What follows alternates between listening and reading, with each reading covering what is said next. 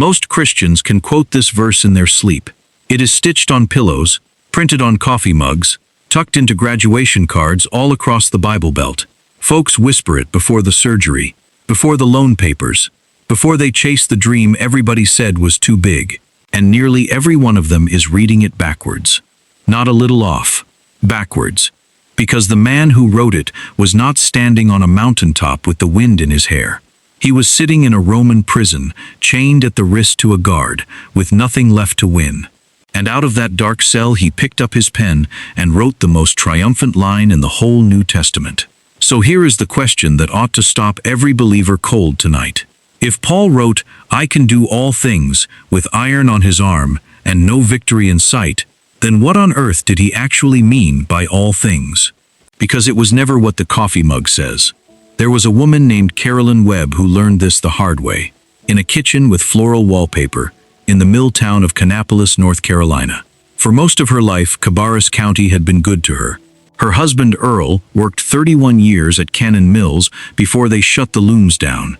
And in the good years, the truly good years, Carolyn had taken a needle and red thread and cross-stitched that very verse onto a square of white linen. She framed it. She hung it on the kitchen wall right above the coffee pot, where she would see it first thing every blessed morning. And she knew exactly what it meant. To Carolyn, in those years, it meant we are going to make it. It meant Earl will find something better. It meant the second mortgage will work out, the kids will turn out fine, and by the grace of God, this family is going to climb. That stitched verse was a battle cry. It was a flag she planted on the future. I can do all things. We can win. For a long season, it looked like she was right. But as anyone who has lived long enough learns, life on this side of heaven does not stay on the mountaintop. The mill closed for good. Earl's heart started giving him trouble, and the bills from the cardiologist came in envelopes that Carolyn learned to dread. They sold the truck. Then they put the house up for sale, the house where they had raised both children, and they moved into a small rental on the other side of the tracks. And every box she packed past that cross-stitch on the wall. The women from Calvary Baptist did what women in a small Carolina town have always done. They came with foil-covered dishes, and they sat in the new little kitchen, and they told Carolyn they were praying for her, and they meant every word of it. One of them, Miss Ruth Ann, took Carolyn's hand at the door and said the Lord had laid her on her heart all week. Carolyn thanked her, and she meant it too. But you can be surrounded by good church people and still feel a cold draft blowing through the middle of your faith. The casseroles fed the body. The question gnawing at her soul, nobody could put a dish over that. Here is what nobody tells you about a verse you have leaned on your whole life. There comes a day when it can start to feel like a lie.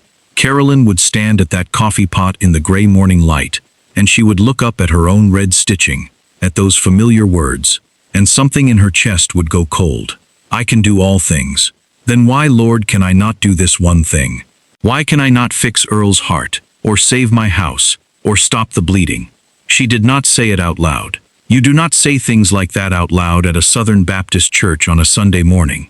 But she thought it in the quiet of that kitchen. And maybe, friend, if your own road has gotten harder than you ever planned, you have thought it too. What Carolyn did not yet understand was that the verse had never failed her. She had simply been taught to read it in the wrong season. And to see what she finally saw, we have to go back to that prison cell, and we have to do the one thing most people never do with their favorite verse. We have to read the two sentences that come right before it. Paul was writing to the church at Philippi, a little congregation he loved like family. He was writing from confinement. He tells us plainly that his chains had become known all through the palace guard. So set the scene the way it really was. No freedom, no comfort, no guarantee he would ever walk out alive. And here is the part that makes the famous verse make sense. This whole closing passage is a thank you note. The folks at Philippi had heard their preacher was in chains, and they had done what any good country church would do. They took up an offering.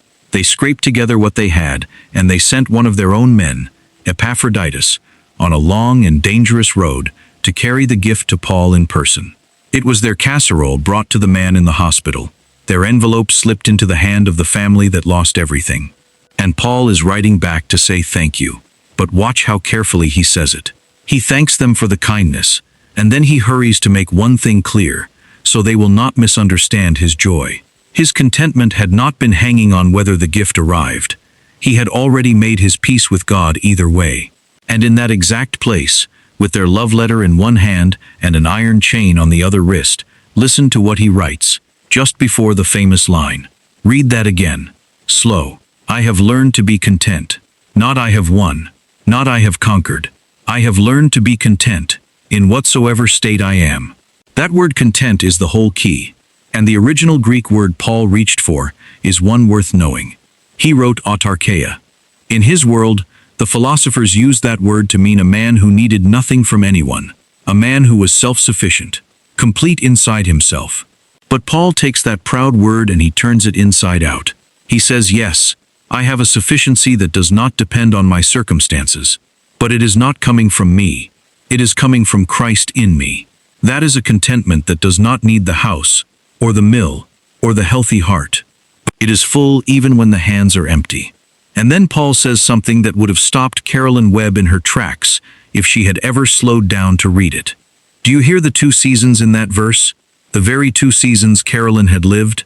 To abound and to suffer need. The good years and the lean years.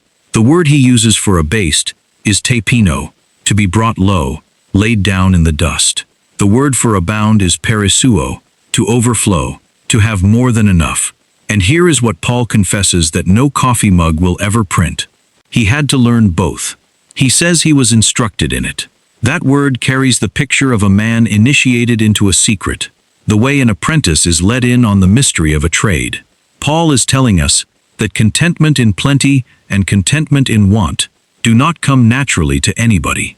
You are not born knowing how to be full without getting proud, and you are not born knowing how to be empty without getting bitter. Both have to be learned. Both are a secret the Lord teaches you, and he usually teaches it in the lean years, not the fat ones. And do not rush past that one word, learned.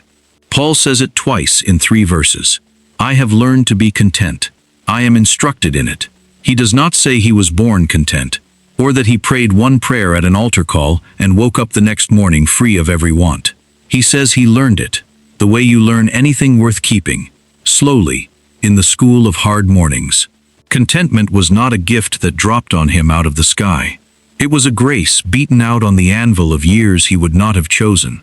The empty seasons were his classroom. The chain was his teacher. And that should be a strange comfort to anybody who has been hard on themselves for not having peace yet. If the great apostle had to learn it, line upon line, then so do you. And so did Carolyn. And there is no shame in still being in the lesson. The Lord is not grading you on how fast you arrive.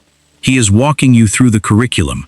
And most of the deep things he teaches his children, he teaches in the low places, not the high ones. Now we are ready for the famous verse.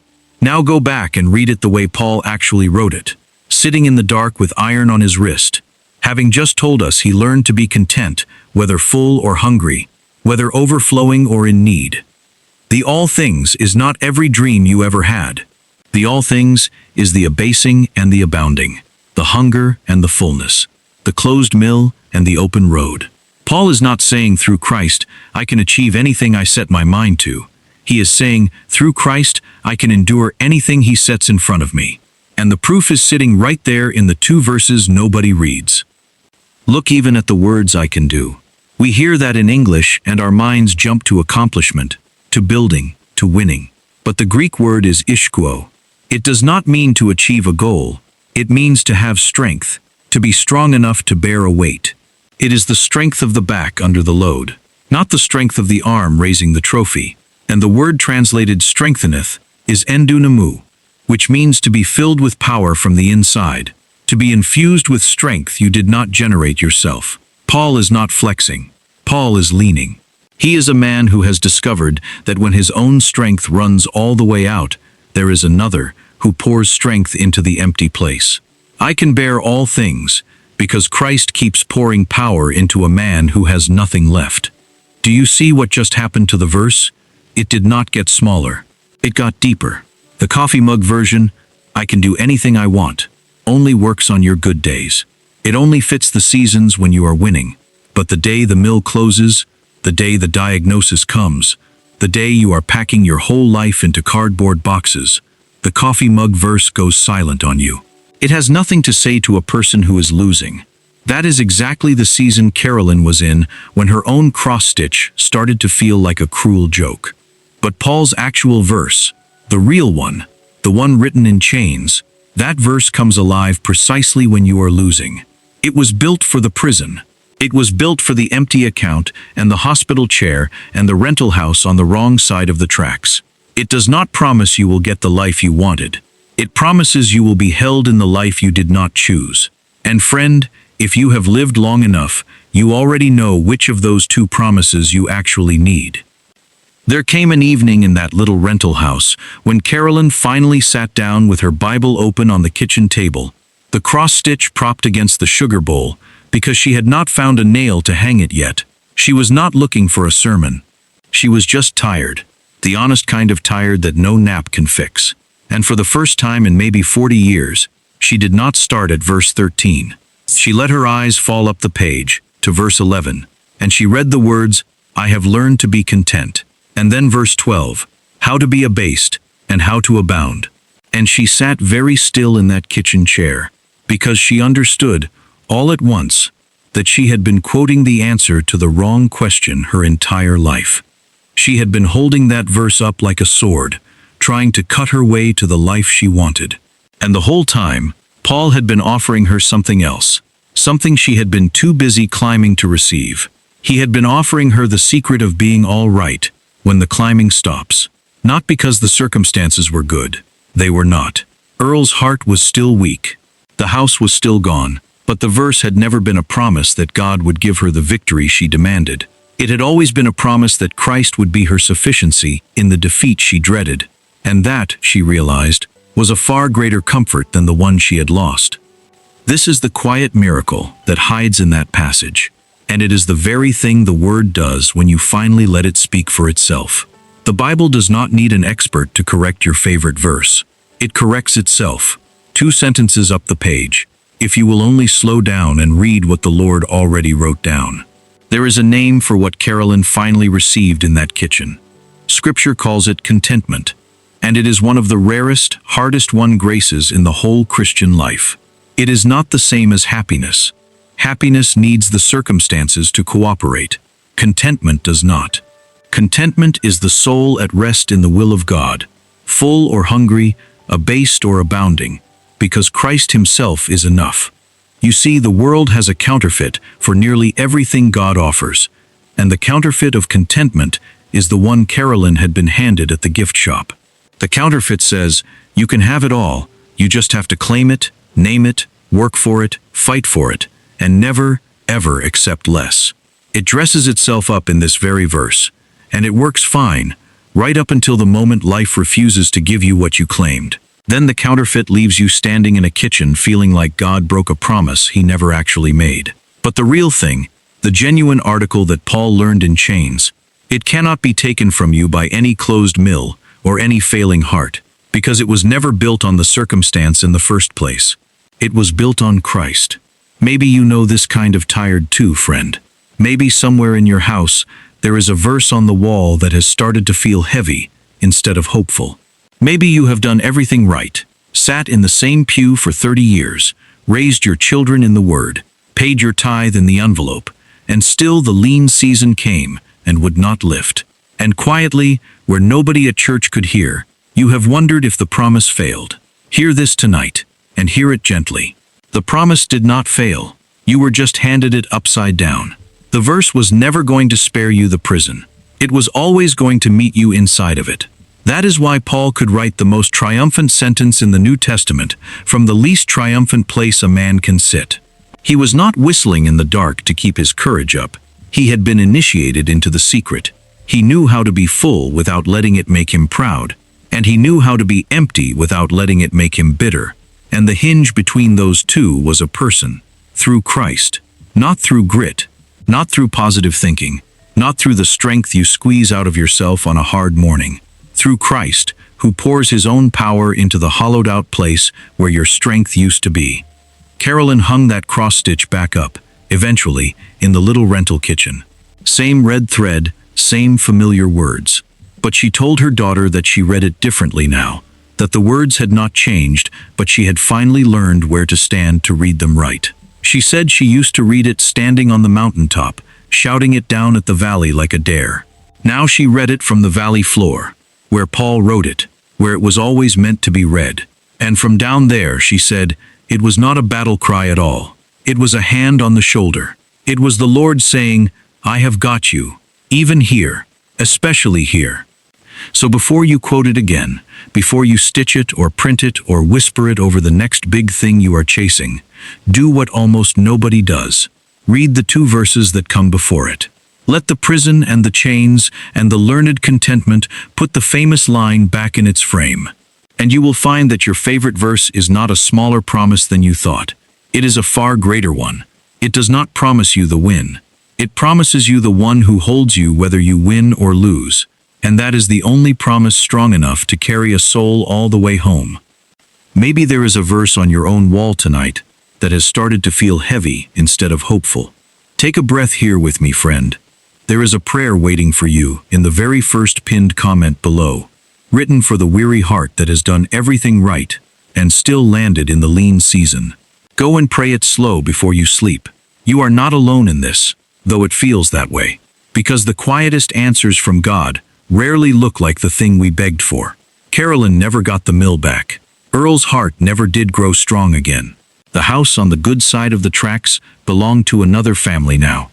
But there was a peace that came and sat down in that little rental kitchen, a peace that the world did not give and the world could not take, and it had been waiting for her 2 sentences up the page the whole time.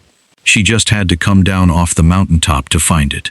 Until next time, friend, remember that God writes the chapter you cannot read yet, and the verse you thought you knew by heart may be holding far more grace than you ever dared to hope.